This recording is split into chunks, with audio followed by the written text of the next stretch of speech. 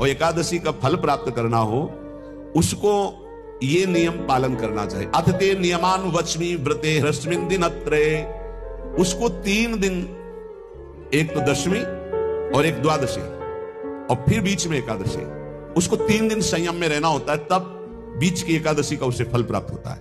जिससे एकादशी व्रत रहना हो, उसका नियम है कि दशमी के दिन कांसे के पात्र का त्याग करें। वैष्णव सिद्धांत है कि कभी जिसमें मांस बना उस रसोई का भोजन न ग्रहण करें।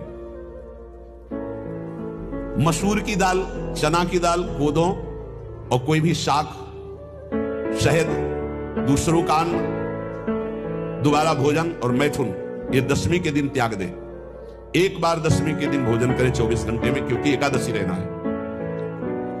कांसे का पात्र, जिस रसोई में मांस बना उसके भोजन का त्याग, मसूर की दाल, चना, कोदो, शाक, मधु अर्थात शहद और दूसरे के द्वारा दिया हुआ भोजन और दोबारा भोजन और मैथुन क्रिया, इनका दशमी के दिन कभी भी प्रयोग ना करें। इन 10 वस्तुओं से वैष्णव दूर रहे दशमी के दिन। फिर एकादशी के व्रत में, ये पीछे तो हम वर्णन कर ही चुके हैं, कहीं नहीं आया कुटू का कचौड़ी पकौड़ी और सिंघाड़ा का हलवा और ये दुनिया के खीर और सब। एकादशी के दिन किसी भी तरह की गेम आदि क्रीड़ा ना खेलें। जैसे अब आज व्रत है तो बैठे हैं अपना मोबाइल में गेम खेल रहे हैं, ऐसा कोई भी क्रीड़ा नहीं। द्वित क्रीड़ा, किसी भी तरह का गेम, ये सब खेल रहे हैं। द्वित क्रीड़ाम च निद्राम च तांबूलम दंत धावनम परापवादम पैशून्यम स्तेयम हिंसाम तथा रतिम कोपम हृतवाक्यम च एकादश्याम विवर्जयेत्। एकादशी के दिन उपासक को चाहिए कि वो किसी भी तरह की क्रीड़ा, मनोरंजन बिल्कुल नहीं। चनिद्राम, नींद नहीं लेनी उसको, न दिन में न रात में, एकादशी में। और प्रायः पुराने महापुरुषों ने ऐसा किया है। रामदास जी डाकोर के रात में जाते थे, रणछोड़ भगवान के यहां कीर्तन करते थे जाकर। तभी तो भगवान उनके कीर्तन पर, उनकी भक्ति पर रीछ कर गाड़ी में बैठकर उनके साथ आए थे। पूरी रात जगकर कीर्तन करना, और दिन में तो सोना ही निषेध है। द्वित क्रीड़ाम च निद्राम च तांबूलम, पान खाना निषेध है एकादशी को, बिल्कुल नहीं, जो व्रत रह रहे हैं। और दंत धावनम, वृक्ष से तोड़कर जो दतून की जाती है एकादशी के दिन। परापवादम, दूसरे की निंदा करना, चर्चा करना नहीं, अर्थात अधिकतर मौन व्रत धारण करे एकादशी के दिन। पैशून्यम, चुगली करना। स्तेयम, कोई चोरी करना। हिंसाम, वाणी से, शरीर से, मन से किसी को दुख पहुंचाना। रतिम, अर्थात भोग करना, मैथुन करना। कोपम, किसी के ऊपर गुस्सा करना। अनत वाक्यम, झूठ बोलना। एकादश्याम विवर्जयेत्, एकादशी के दिन ये नहीं करना चाहिए। एकादशी को एक बार कुछ फलाहार शुद्ध, अगर आपके पास कोई व्यवस्था नहीं तो थोड़ा दूध है, जल है, ऐसे आप लेकर, या थोड़ा सा फल है, थोड़ा सा फल लेकर के प्राण पोषण, एक दिन में मर नहीं जाओगे। कितने तो निर्जला एकादशी रहते हैं, हर एकादशी निर्जला। पूज्य श्री मथुरादास जी निर्जला ही रहते थे हर एकादशी। चलो भैया, आपकी सामर्थ्य नहीं तो जल 2-4 बार ले लो, एक बार थोड़ा सा दूध और फल ले लो, चल जाएगा काम, प्राणों का पोषण हो जाएगा। ये आचरण न करे, एक बार कुछ आहार ले ले, वो भी शुद्ध भगवद अर्पित प्रसाद। फिर द्वादशी को काश्यम मानुषम सुराम छौद्रम तैलम वितथ भाषणम व्यायामम च प्रवासम च पुनर्भोजन मैथुने अस्पृश्य स्पर्श मासूरे द्वादश्याम द्वादश त्यजेत। कांस के पात्र में द्वादशी को भी भोजन न पावे। जिस रसोई में मांस बनाओ उसमें आहार न ले। किसी भी तरह का नशा द्वादशी को न करे। शहद न पाए, तेल के बने पदार्थ न पाए, मिथ्या भाषण न करे और बहुत शरीर का व्यायाम न करे, बहुत थकावट वाले कार्य न करे। दोबारा भोजन न करे, एक बार द्वादशी को भी भोजन पवित्र। मैथुन न करे, जिसका स्पर्श नहीं किया जाता ऐसे पदार्थों का स्पर्श न करे और मसूर की दाल न खाए।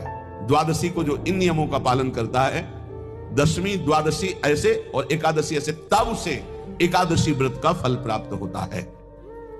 जो इस पद्धति से ये जो मनमानी ये सब नहीं। हर पदार्थ मिल जाएगा आपको फलाहार में, हर पदार्थ। हमको बताया गया कि आपको जो चाहो वो सब पदार्थ फलाहार का। अरे भाई, हरितोष व्रत है तो हरि प्रसन्नता के लिए एक दिन भूखे रहने बहुत आनंद आता है। पहले भगवत कृपा से ऐसी गंगा जल पी करके कुछ दिन, फिर कभी कभी निर्जला एकादशी का भी आनंद। बड़े संन्यास मार्ग में थे तो बड़े संयम से सब शास्त्रीय पद्धतियों का निर्वाह होता था। उपासक को चाहिए कि इन नियमों से व्रत का अनुष्ठान करे, मनमानी आचरण न करे। सबसे प्रार्थना जो एकादशी रहते हो, हरितोष व्रत इसे कहते हैं, भगवान की प्रसन्नता के लिए रहा जाता है, रहना चाहिए। जो अपनी आचार्य परंपरा में है जैसे, इनका सिद्धांत है। पर रहने का सिद्धांत ये श्री सनत कुमार जी वर्णन, श्री सनक जी महाराज, ये सनत कुमार जी वर्णन की। सनक जी महाराज कह रहे हैं, यदि भगवान का आश्रय नहीं, सत्संग नहीं है, तो इन चार में से एक हो तो नाश कर देता, फिर चारों हो तो सर्वनाश हो जाता है। यौवनम धन संपत्ति प्रभुत्व विवेकता एकैपमप्यनर्थाय किमु यत्र चतुष्टयम्। यदि सत्संग नहीं है, यदि भगवद आश्रय नहीं है, खूब धन हो, जवान अवस्था हो, बढ़िया पद मिला हो, प्रभुत्व चलता हो और अज्ञान हो, फिर क्या कहना है? बोले ये चारों जहां मौजूद होते हैं वहां सर्वनाश का खेल शुरू हो जाता है। अगर इनमें से एक हो तो सर्वनाश करने में पर्याप्त है, और अगर चारों हो तो फिर क्या कहना है? यौवनम, जवान हो, धन संपत्ति है, खूब रुपया पैसा हो, प्रभुत्व, कोई पद हो, कोई अधिकार हो बड़ा, फिर अविवेकता और अज्ञानी हो, तो बोले एक नाश कर देगा, फिर चारों तो नाश ही कर देंगे। जिनके संग मात्र से भगवत प्रेम सीधे प्रकट होता है, वो महात्मा मिलना दुर्लभ है। वो कैसे महात्मा होते हैं? वो भोग और मोक्ष के त्यागी होते हैं, और वो अपने इष्ट के हाथ के खिलौना होते हैं। यंत्री है भगवान और यंत्र है वो प्रेमी भक्त। तो सही पूछो तो भगवान जब अपना प्रेम देना चाहते हैं तो ऐसे प्रेमी महाभागवत को मिला देते हैं, और उनका मिलना अखंड स्मृति जागृत हो जाना है। भगवत प्रेमी महात्मा का मिलना अखंड स्मृति जागृत हो जाना, समस्त दोषों का स्वाभाविक त्याग हो जाना, और भगवान की देवी संपदा हृदय में प्रकट हो जाना, और भगवान के चिंतन की एक तार जो विक्षेप आवरण मल थे सब नष्ट हो गए। संत संग के प्रभाव मात्र से भगवत प्रेमी वो बन गया। ऐसे प्रेमी जन कैसे हम पर कृपा करें? वो सहज तो कृपा करते नहीं, तो हम पर कैसे कृपा करें? ये कृपा मिलती उन्हीं को है जो प्रेमी जनों की आज्ञा पर संपूर्ण त्याग करने के लिए तैयार है। प्रेमी जनों की आज्ञा के लिए संपूर्ण त्याग करने के लिए तैयार है, परम भाव से हर समय उनके पीछे लगे हुए हैं, उनकी आज्ञा पर। मुझे और कोई साधन नहीं, आपकी कृपा से होगा। पीछे पड़ गए। परम पावन रस साधना में डूबे हुए जो महापुरुष है, उनका अनुसरण, उनकी आज्ञा का पालन, उनमें परम आसक्ति, तीन बातें। उनमें परम आसक्ति हो जाए, अब हमारे यही साधन है, यही साध्य है, और उनकी आज्ञा का पालन जो जैसे जैसे भी, और उनके पीछे पड़ जाए। उनके सिवा हमारा कोई अब साधन नहीं कि हम प्रेम प्राप्त कर सके। तो परम प्रेमी जनों की आज्ञा से संपूर्ण भोगों का त्याग, परम भावमयी स्थिति, परम पावन रस साधना का जागरण उनकी केवल कृपा मात्र से हो जाता है। ऐसे हम प्रेमी कब बनेंगे? उपाय तो एकमात्र भगवान की कृपा है। जब कृपा जिसको चाहे भगवत प्रेमी बना दे, पर इस जगत के भोगों से त्याग करने की कमर आपको कसनी पड़ेगी। जब तक जगत के भोगों में प्रियता है तो भगवान से प्रेम अत्यंत दुर्लभ। और जगत में लोक परलोक दोनों आते हैं, परलोक के भी भोगों की तरफ आकर्षण नहीं, स्वर्ग आदि भोगों की तरफ। और हृदय को पूरा का पूरा दे देना है। जैसे कुम्हार मिट्टी को ले जाता है, पीटता है, पानी डालकर रौंदता है, उसको अपने अनुकूल बनाता है, ऐसे हम महापुरुष को समर्पित हो जाएं। अब वो जो लीला करें। अब आपको जो मूल बंधन है वो है अहंकार, और उसका नाश होता ही तिरस्कार से है। जब तिरस्कार और अपमान होता है तो अहम गलित होता है। जब सम्मान और नमस्कार होता है तो अहंकार पुष्ट होता है। इसलिए ताते करें कृपा निधि दूरी, सेवक पर ममता अति भूरी। तो जब हम संत को अपना जीवन दे दे, वो चाहे मान दे चाहे अपमान दे, चाहे वो जैसा, हम अपना जीवन दे दिया, तो खाली हृदय करा के फिर उसमें प्रेम डालते हैं संत जन।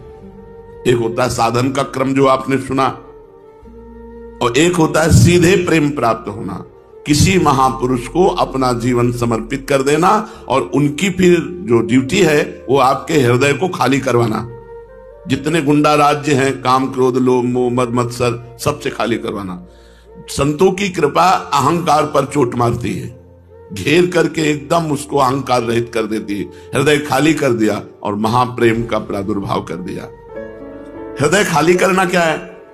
अहंकार, ममता, कामना, वासना, स्पृहा, लालसा, इच्छा, आसक्ति, इन सब को हटा करके एकमात्र भगवान का अनुराग, ये संत जन कृपा करके हटाते हैं। और ये कृपा से बहुत सुलभ है, बस जरूरी है उनको न छोड़ देना, क्योंकि वो ऐसी लीला करेंगे, ऐसी आज्ञा करेंगे, ऐसा हमारे सामने जाल बिछा देंगे जिससे ये सब निकल जाएंगे।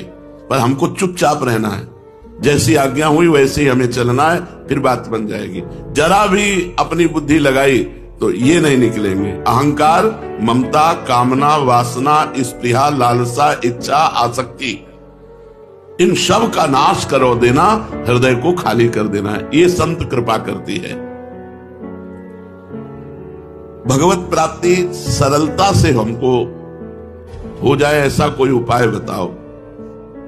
केवल संत समागम, संत समागम से सरलता पूर्वक भगवत प्राप्ति हो जाएगी। सुनते सुनते सुनते हमारे हृदय में भगवान से प्रेम हो जाता है। प्रेमी भक्त के संग का चमत्कार ही यही है, क्यों भगवत प्राप्ति करा देते हैं। आशीर्वाद देने की जरूरत नहीं है, बस लगे रहने की जरूरत है। संतन से लगा रहो भाई, तेरी बनत बनत बन जाए। संतन से लगा रहो भाई, तेरी बनत बनत बन जाए। उमा संत समागम शम न लाभ कछ आनो। यदि संतों का संग मिल गया तो हमारे लिए कुछ दुर्लभ बात नहीं है। सहजता पूर्वक भगवत प्राप्ति संत समागम से हो जाती है। ये भगवत प्रेम जब तक चाह नहीं होती, दैन्य नहीं होता और भगवान पर दृढ़ विश्वास नहीं होता, तब तक कोई भी साधन कर लो बड़ा मुश्किल है भगवत प्रेम उत्पन्न होना। भगवान की मिलन की चाह, भगवान की कृपा पर विश्वास और भगवान पर दृढ़ विश्वास वो हमारे हैं, हर समय हैं। हमारी दृष्टि में वो भले नहीं आ रहे, लेकिन उनकी दृष्टि में हम हर समय हैं। क्या प्रेम प्राप्त होने पर भी किसी कमी का बोध होता है? नहीं। प्रेम जब प्राप्त हो जाता है तो हृदय निष्काम हो जाता है। सकल कामना हीन जे राम भगति रस लीन। भगवान के भक्ति के रस में जो लीन होते हैं, उनमें किसी भी तरह की कोई कामना, कोई अपूर्णता, कोई चाह, कोई स्पृहा, कोई लालसा, कोई आसक्ति ये नहीं रह जाती। इसलिए प्रेमी में कभी कोई कमी नहीं रहती, किसी भी बात की कमी नहीं रहती, कोई चाह नहीं रहती। कमी होती है अहंकार से। अहंकार नष्ट होने के बाद ही प्रेम होता है, तो अपने भरण पोषण की भी चिंता नहीं, तो कमी किस बात की। प्रेमी के मन में सुख लेने की इच्छा तो होती होगी, प्रेमास्पद से ही सही, भगवान से ही सही। प्रेमी का मन ही नहीं रहता तो सुख लेने की इच्छा कैसे रहेगी। अपना मन प्रीतम को दे दिया, प्रीतम का मन अपना मन हो गया, अब दो मन नहीं रहे, एक मन रहा। तो मन हो तो सुख लेने की इच्छा हुई, जब मन ही नहीं है तो सुख लेने की इच्छा क्या हुई।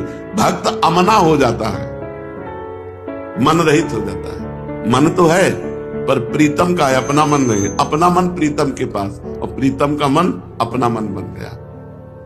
बहुत सुंदर बात।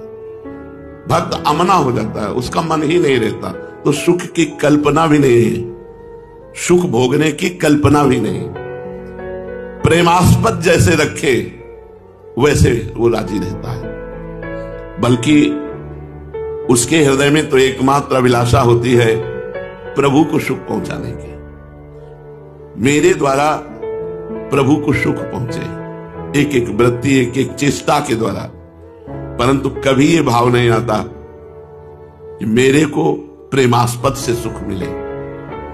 सुख देने की इच्छा इतनी बढ़ जाती है कि सुख लेने का भाव ही खत्म हो जाता है। सुख देवे को चाव चित, सब सोहित निष्काम, या सुधर्म हरिवंश को नाम गिरा विश्राम। जो भी सामने आवे उसे सुख देने की चाह, सुख लेने की इच्छा का नाश हो गया। नाम वाणी में निरंतर रत है और सुख देने का चाव बढ़ गया प्रभु तक को। यही प्रेम है। सुना है राधा रानी की कृपा से प्रेम प्राप्त होता है कि श्री कृष्ण कृपा से। जब श्री राधा रानी कृपा करती हैं तब श्री कृष्ण के नाम रूप में रति होती है, और जब श्री कृष्ण कृपा होती है तब राधा रानी के चरणारविंद में प्रीति होती है। सबसे पहली कृपा श्री राधा रानी की। जो भी कृष्ण नाम जापक कृष्ण शरणागत है, वो अगर कृष्ण बोल पा रहे हैं तो हमारी प्रियाजू की कृपा से। और जब श्री कृष्ण कृपा करते हैं तब राधा रानी के चरणों में प्रीति होती है। राधा रानी का कृपा प्रसाद मिलता है श्री कृष्ण कृपा से। प्रेम में कितने सात्विक भाव हैं? 8। स्तंभ, श्वेद, रोमांच, स्वरभेद, कंप, वैवर्ण, अश्रु, प्रलय। विशुद्ध प्रेम में क्या बाह्य परिस्थितियों का प्रभाव पड़ता है उस प्रेमी हृदय में? कोई नहीं। शरीर बीमार है, भारी कैंसर है, या भारी परिस्थिति है, या बाहर की कोई परिस्थिति, कोई प्रभाव नहीं पड़ता।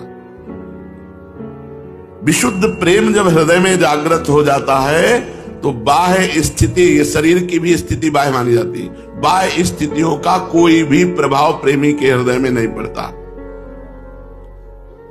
वो दिव्याति दिव्य मधुरतम आनंद में डूबा रहता है, भगवद आनंद में डूबा रहता है, बाह्य कोई प्रभाव नहीं पड़ता। कभी कभी आंशिक रूप में जब अपना प्रभाव पड़ता है तो विश्व को मुग्ध करने वाले भगवान उसे मुग्ध कर लेते हैं। जैसे कभी किसी प्रेमी को आंशिक रूप में विशेष पीड़ा हुई तो उस समय भगवान उसे मुग्ध कर लेते हैं, लुभायमान कर लेते हैं। जैसे भाई जी ने अपने जीवन चरित्र में लिखा कि कैंसर की पीड़ा से मैं कराह रहा था तो ब्रजेंद्र नंदन श्री कृष्ण आए और बोले, क्यों दुख पा रहा है, आ मेरे साथ। और वो ले गए हमको ब्रज की लीलाओं में। उन्हीं लीलाओं को जिनको देखा वो पद रत्नाकर में रचना उन्हीं की। देखो यहां लिखा है कि जिस समय किसी प्रेमी को आंशिक कष्ट महसूस होता है उसी समय भगवान उसे अपनी लीला में खींच लेते हैं, उसे दुखी नहीं होने देते। क्या भगवान की प्राप्ति कोई करा सकता है? अगर भगवत प्राप्ति करना चाहता है और भजन कर रहा है, लगन सही है, तो संत संग से भगवत प्राप्ति हो सकती है। दूसरा, ऐसे कोई नहीं करा सकता कि आप भजन ना करो, आप चाह ना करो, आपकी लगन भगवान से नहीं हो जाओ भगवत प्राप्त हो जाओ। ऐसे आज तक कोई उदाहरण नहीं। एक बार भाई जी भावावेश में थे, भगवत भाव में, तो जो निज जन थे सबने चरण पकड़े और कहा हमें राधा कृष्ण के दर्शन करा दो। तो उनका सच्ची मानो, भाव में कहा सच्ची मानो, ये अधिकार अगर दिए होते तो हम पूरे विश्व को भगवान का दर्शन करा देते, लेकिन ये अधिकार नहीं है। आपकी चाह, आपकी लगन, आपका भजन और संत कृपा इससे हो जाएगा। अगर आपकी चाह नहीं, आप में लगन नहीं, आप में भजन नहीं, तो फिर कोई ऐसा नहीं कि कोई सिद्ध आपको भगवत दर्शन करा दे। अगर ऐसा कहीं हुआ हो तो हमें बताना कि जो भजन न किए हो, लगन ना हो, चाह ना हो, संत में आसक्ति ना हो और उसको भगवत दर्शन, उसको चाह ही नहीं भगवत दर्शन की, तो ऐसे कैसे भगवत? दुर्योधन को भी तो भगवत दर्शन हो रहे हैं क्या? भगवत दर्शन हो रहे हैं क्या? चाह नहीं, लगन नहीं, भजन नहीं। और चाह, लगन, भजन विदुरानी को है तो दरवाजे में जाके केवल बोला श्री कृष्ण आए। इतनी बात में विदुरानी जी की ऐसी प्रेममयी मगन दशा कि शरीर की विशुद्ध नहीं और बाहर निकल पड़े। प्रेमी भक्त का स्वरूप कैसा होता है? 3 प्रकार का, नित्य सिद्ध, कृपा सिद्ध, साधन सिद्ध। नित्य सिद्ध वो है प्रेमी जन जो श्री कृष्ण के नित्य परिकर है। जब जब भगवान अवतार लेते हैं तो परिकर सहित अवतार लेते हैं, वो नित्य परिकर। प्रेमी जनों में 3 हैं, वो नित्य परिकर हैं। भगवान जहां जहां विराजते हैं वो उनके साथ रहते हैं, वही उनके साथ लीला करते हैं। दूसरे हैं कृपा सिद्ध प्रेमी जन, जिनको भगवान की अहेतुकी कृपा से प्रेमी महापुरुषों का संग मिला और वो उनके संग के प्रसाद से प्रेम प्राप्त कर लिए, वो प्रेमी जन। तीसरे होते हैं साधन सिद्ध, जो भगवान की कृपा से भगवान की रुचि में रुचि मिलाकर भगवत प्रीत्यर्थ साधना की, ऐसे साधकों में प्रेम प्रकट हो जाता है। भगवान की रुचि में रुचि मिलाकर निरंतर भगवत साधना कर रहे हैं, उनके हृदय में प्रेम, भगवत कृपा से भगवत प्रेमी महात्मा के संग से भगवत प्रेम, और भगवत प्रेमी निज परिकर। 3 प्रकार के, नित्य सिद्ध, कृपा सिद्ध और साधन सिद्ध। प्रेम मार्ग में बाधक क्या है? उकताहट। अरे इतने दिन हुए तो अभी तो प्रेम ही प्रकट नहीं हुआ, और अपने साधन पर अश्रद्धा हो जाना, नाम में, मंत्र में, उपासना में अश्रद्धा हो जाना, ये भारी विघ्न है। उकताहट नहीं होना चाहिए, लगन होनी चाहिए, दुख होना चाहिए। उकताहट नहीं, दुख होना चाहिए। दुख में रोना आता है, प्रभु आज का भी दिन गया, रोज की रोज श्वासें खत्म हो रही, नाथ अपने में तो कोई बल नहीं, और आपकी कृपा का आश्रय है सो तो दिखाई नहीं दे रहा, और रोना आ रहा है। उकताहट नहीं कि अश्रद्धा हो जाए, वो और रो रहा है, विवश होकर रो रहा है। प्रेम मार्ग में अपनी बुद्धि लगाना, प्रेम मार्ग में धैर्य ना होना, प्रेम मार्ग में उत्साह ना होना, और प्रेम मार्ग में संशय होना, ये बाधक है। इन बातों को छोड़ देना चाहिए, अपनी बुद्धि लगाना बंद कर देना चाहिए। भगवद आश्रित है, बिल्कुल बुद्धि नहीं लगानी चाहिए। बस हमें सुमिरन पकड़ना है, संत संग पकड़ना है, भगवान की कृपा का भरोसा रखना है, और दृढ़ विश्वास की भगवान ने मुझे स्वीकार कर लिया है, ये बातें पकड़ लो। समझ में नहीं आया जो बाधा की बात कही, तो कह रहे समझ में नहीं आया। कैसे? तो जब कोई बुद्धि लगाता है तो भगवान की रुचि में रुचि नहीं मिला सकता। भगवान की रुचि देखो, अपने यहां चतुरासी जी में पहली पंक्ति है, जोई जोई प्यारो करे सोई मोहि भावे। यह है भगवान की रुचि में रुचि मिलाना। जहां बुद्धि लगाई वहां फंस जाओगे और प्रेम से वंचित हो जाओगे। बुद्धि लगाने की जरूरत नहीं, बिल्कुल भोला बच्चा बन करके, कई बच्चा के पेट और घट करे विनाशन, यहां चतुर सुजान नहीं बनना। बुद्धि और प्रेम दोनों में अंतराय है। बुद्धि लगाओगे तो प्रेम नहीं मिलेगा, जहां प्रेम होता है वहां बुद्धि काम नहीं करती। जहां प्रेम होता है वहां बुद्धि काम नहीं करती। बुद्धि लगाने से प्रेमास्पद का अस्तित्व संशय में पड़ जाता है, बुद्धि नहीं लगानी। धैर्य चाहे जितने वर्ष या जितने जन्म बीत जाए हम आपको प्राप्त करेंगे ही। अब हमारे जीवन का लक्ष्य आपको प्राप्त करना है, मिलो ना मिलो, चाहे जितने जन्म लग जाएं, अब आपको छोड़ेंगे नहीं। ऐसा धैर्य होना चाहिए। धैर्य नहीं छोड़ देना चाहिए कि 2-4 साल हो गए, 10 साल हो गए, अभी कोई प्रेम के लक्षण तो उदय नहीं हुए, कोई सिद्ध पुरुष की भावनाएं हमारे अंदर तो आई नहीं, अभी कोई गौर श्याम चरणारविंद तो झलक नहीं रहे, हमारा धैर्य टूट जाए। नहीं, हम बैठे हैं भिक्षा का आश्रय लिए हुए, कभी तो प्रेम में भिक्षा आप देंगे, कभी तो ऐसी कृपा होगी ही। हम धैर्य पूर्वक बैठे हैं। प्रेमी को इस बात में, अपने साधन पक्ष में, अपनी उपासना पक्ष में और भगवान के विश्वास पक्ष में धैर्य नहीं खोना चाहिए। बकाया प्रेमी को धैर्य नहीं होता, तभी तो रोता है वो। पर साधन पक्ष में पूर्ण धैर्य है कि साधन बदल दिया जाए, नहीं। कृपा पूर्ण है, भगवान पर विश्वास दृढ़ है, पर सहा नहीं जाता, अब रहा नहीं जाता। ये बात, उसका एक एक पल युग के समान बीतता है, और उत्साह प्रतिपल प्रभु के मिलन का, वो उत्साहित रहता है। प्रभु मिलन के लिए प्रतिपल उत्साहित रहता है। वियोग में यद्यपि निरुत्साहिता बढ़ती है, हार गया, पर यह उत्साह उसका कभी नहीं छूटता कि भजन छोड़ दे, अब हम मनोरंजन करने लगे। निरुत्साहिता विरह में बढ़ती है, पर आंतरिक उत्साह उसका बना रहता है। ये प्रेमी जनों का होता है। भगवान के साथ कब माने कि हमारा प्रेम बंधन हो गया? जब किसी व्यक्ति, वस्तु, स्थान के साथ हमारा कोई भी प्रेम बंधन न होता, कहीं भी हमारी आसक्ति नहीं। तो को बोले वृंदावन में, मान लो स्थान में वृंदावन, ये तो हमारे प्रभु ही है। वृंदावन प्रभु के नाम रूप लीला धाम की आसक्ति के सिवा हमारी कहीं आसक्ति न रह जाए, तब हमें भगवत प्रेम प्राप्त होता है। विषय बंधन टूट जाए, भगवत संबंध दृढ़ करने के लिए किसी भी व्यक्ति से संबंध न रह जाए। माता पिता भाई बंधु जितने दुनिया के संबंध हैं, ये सब केवल एकमात्र भगवान में हो जाए। हृदय में मां को देखा तो भगवान, पिता को देखा तो भगवान, रिश्ते नातों को देखा तो भगवान। इसका भाव ये है, इसका भाव ये नहीं कि वो सबको छोड़कर गंगा किनारे बैठ जाता है, नहीं, सांसारिक संबंधों का त्याग करके भागवतिक संबंध स्वीकार कर लेता है। अब मां के रूप में वो अपने भगवान को देख रहा है, पिता के रूप में अपने भगवान को देख रहा है, रिश्ते संबंधों के रूप में अपने भगवान को देख रहा है।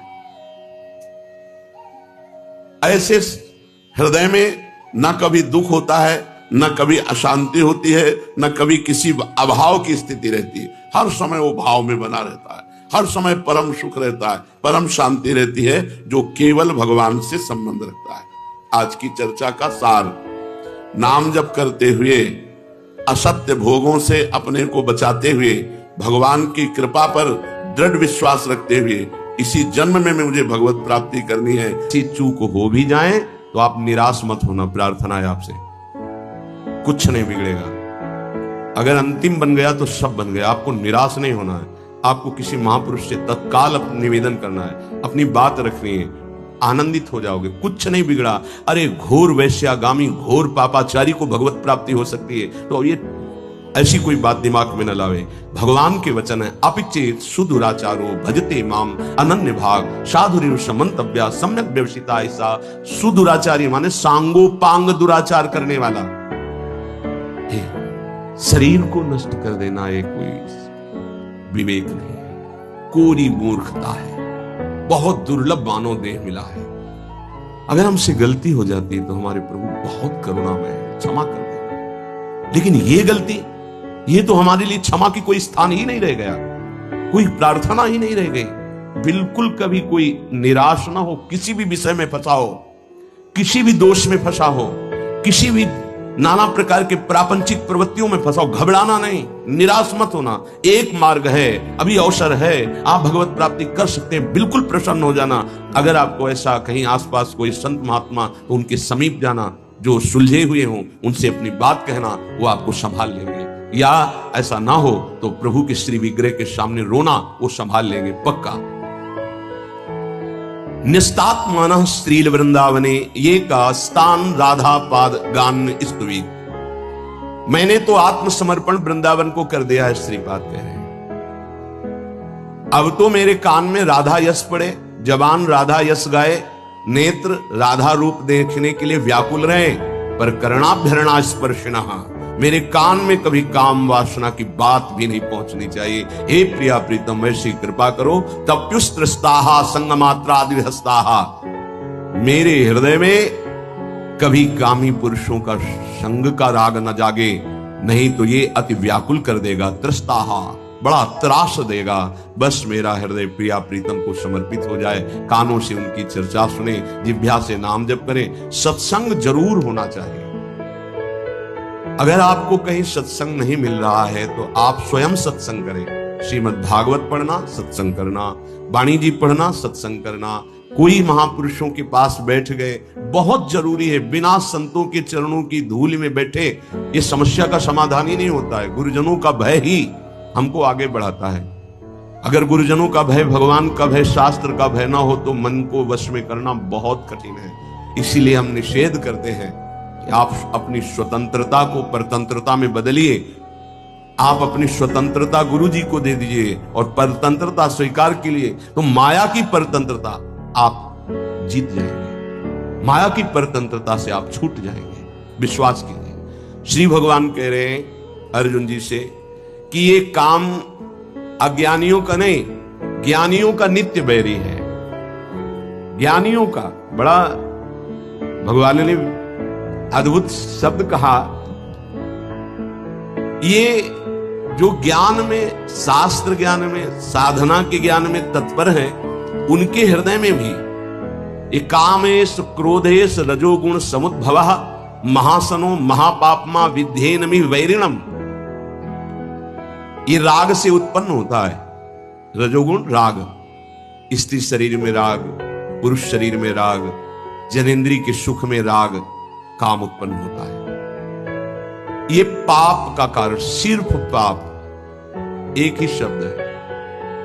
ये काम जब राग से उत्पन्न होता है तो ये केवल पाप ही कराएगा। भगवान महासनो महापापमा, ये महापापी काम पापात्मा है, ये उसे पापात्मा बना देता है जिसके हृदय पर अपना अधिकार करे। महासनो कभी तृप्त होने वाला नहीं है।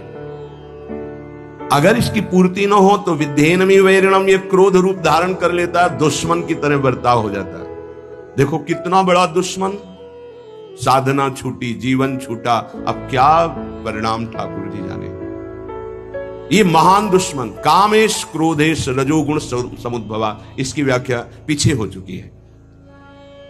उपासक की पहली दशा में जैसे अग्नि के ऊपर धुआं छा जाए, ऐसे जब काम जागृत होता है तो उसको पता है कि गलत है, नहीं करना चाहिए, पर वो धुआं जैसे फूंक लगे तो अग्नि प्रज्वलित हो जाए, ऐसे अगर पहली अवस्था में विवेक काम कर गया तो बचा ले जाएगा अपने को।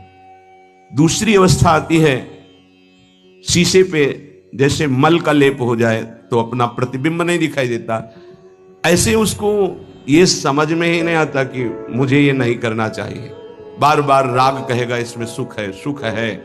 अगर वो कोशिश करे तो हट सकता है, तीसरे में नहीं। तीसरा है जैसे जेर से ढका हुआ गर्भ, निर्णय करने की शक्ति ही खत्म हो जाती है। आवृतम ज्ञानमेतेनो ज्ञानिनो नित्य वैरिणा काम रूपेण कौन्ते दुष्पूरेणा नलेन च। हे कुंती नंदन, ये अग्नि के समान कभी तृप्त ना होने वाला काम ये ज्ञानियों का नित्य दुश्मन है, ये नित्य बैरी है। ये ज्ञान को ढक करके नष्ट कर देता है पक्का। कभी हंसी मजाक खेल कूद मनोरंजन विपरीत आकर्षण वालों से ना करें, प्रार्थना है। हंसी हंसी में खेल खेल में ऐसी गलती हो जाती है कि फिर मन जलता रहता है, फिर मन अधीन हो जाता है। जो हमको चिंतन करके भगवदानंद में डूबना था वो विषयानंद का चिंतन हो जाता है। कह रहे आवृतम ज्ञान में तेन, ये ज्ञान को ढक लेता है। ज्ञानिनो नित्य वैरिणा, ये ज्ञानियों का भी नित्य वैरी है। ये दुष्पूरेणा, ये कभी पूरित नहीं होता, चाहे जितना इसको भोग देते रहो। अनलेन च, जैसे अग्नि घी डालते रहो, कभी शांत नहीं होती। अब पता चल गया कि बैरी कौन है, बोले काम तो रहता कहां है। अगर किसी को दुश्मन का पता चल जाए ठिकाना रहने का तो आक्रमण किया जा सकता है। तो दुश्मन पता चला, ज्ञानियों का नित्य वैरी काम। काम की पूर्ति में बाधा लगी तो क्रोध, काम की पूर्ति हो गई तो लोभ तृष्णा, और भोगूं बार बार भोगूं। मुखिया है आवागमन का, जन्म मरण का मुखिया है काम। ये रहता कहां है, अगर पता चल जाए तो आक्रमण करने में समर्थ हो सकता है साधक। कहां रहता है, भगवान इसका निवास स्थान बताते हैं कि काम रहता कहां है। इंद्रियाणि मनोबुद्धि रस्याधिष्ठान मुच्यते एतैर्विमोहयत्येष ज्ञानमावृत्य देहिनम्। इंद्रियां, मन, बुद्धि, ये आप हिस्से हैं इसके, यहां बैठता है।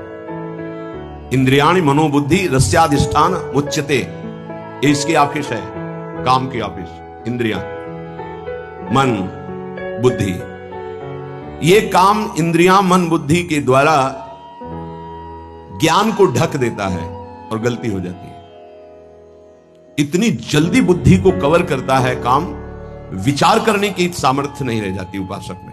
विषयी पुरुषों की तरह चर्चा नहीं, वो तो गिरे हुए हैं, गिरा हुआ क्या गिरेगा, साधक की बात है। इतनी जल्दी आक्रमण करता है कि जल्दी बोलने में देर लगी, उसको कवर करने में देर नहीं लगती। तत्काल वो बुद्धि को कवर करके, ज्ञान रहित करके अपना चिंतन, अपनी चेष्टा, ज्ञान को ढककर देह भाव वाले पुरुष को ये मोहित करके भ्रष्ट कर देती है। देह भाव, मैं पुरुष मैं स्त्री, जब तक ये भाव है तब तक बहुत सावधान। इंद्रियाणि मनोबुद्धि रस्याधिष्ठानम उच्यते, ये ऑफिस है लेकिन घर अभी नहीं बताया गया।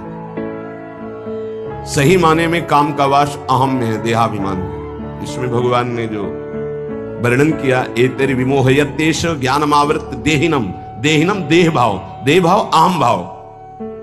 मुख्य इसका निवास स्थान अहम भाव में, मैं पुरुष हूं, मैं स्त्री हूं, मैं शरीर हूं, ये जो भाव है अंतःकरण में, मन बुद्धि चित्त अहंकार, इसका घर है अहंकार।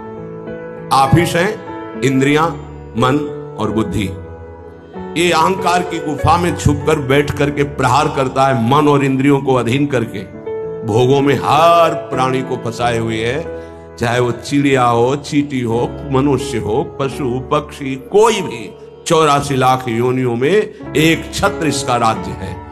वही बचते हैं जो भगवान के आश्रित और भगवत शास्त्र की, गुरुजनों की अक्षरशः आज्ञा का पालन करते हैं। जहां इतनी सी भी हम गुरु आज्ञा शास्त्र के विरुद्ध हुए, वहीं हम फंस गए, वहीं क्लेशित हुए, वहीं अशांत हुए, वहीं रास्ता रुकेगा। पक्की बात समझ लीजिए, एक शब्द भी हमें अपनी नहीं लगानी बुद्धि से, क्योंकि उसी बुद्धि मन में वो बैठा हुआ है, जो वैरी बैठा हुआ है उसी में बैठा हुआ, वो न्याय कैसे करेगा। किसी भी पदार्थ को जब देखते हैं तो इंद्रियों में कामना पैदा होती है। इंद्रियों में जब इंद्रियों में कामना पैदा, पदार्थ वस्तु व्यक्ति स्थान पहले देखना ही होता है या सुनना होता है, तभी कामना पैदा होती है, सुन के या देख के। इंद्रियों में कामना पैदा होती है, इंद्रियां तत्काल मन को अधीन करती है, तो मन वो अपनी कामना में युक्त हो जाता है, जो इंद्रिय कामना की। और मन ने बुद्धि को इतनी जल्दी पकड़ में लिया कि उसको विचार करने का अवसर न मिले, और देहाभिमानी जीव ये मान बैठा कि मैं भोगता हूं, मैं भोगूंगा, मैं देखूंगा, मैं सूंघूंगा, मैं छूंगा, मैं खाऊंगा। मरा ये है, बार बार हमको मारा जा रहा है, बार बार हमको परास्त किया जा रहा है, और हम खुशी होते हैं कि हम भोगता हैं, बहुत भोग रहे हैं। पदार्थों में, विषयों में, इंद्रियों में, मन में, बुद्धि में काम की ऑफिस माने गए, लेकिन इसके रहने का स्थान अहम है, अहंकार, अहम। ये दिखता है इन स्थानों पे, पर छुप के रहता है अहंकार में, अंतःकरण धर्म में जो अहंकार है, बुद्धि मन चित्त अहंकार, उस अहंकार में रहता है। समस्त क्रियाएं शरीर इंद्रियां मन और बुद्धि से होती हैं। ये चारों कर्म करने के साधन है। इनमें काम दिखाई देता है पर रहता अहम में है, इसीलिए मारना बड़ा मुश्किल हो जाता है। ध्यान दीजिए, हम इंद्रियों को, मन को, बुद्धि को तभी पवित्र रख सकते हैं जब हमारा अहम परिवर्तन हो। बड़ा खेल टेढ़ा है। देह भाव जब तक है तब तक काम उसमें बैठा हुआ है, हमारे अहम में ही बैठा हुआ छुपा, इसीलिए हम मार नहीं सकते।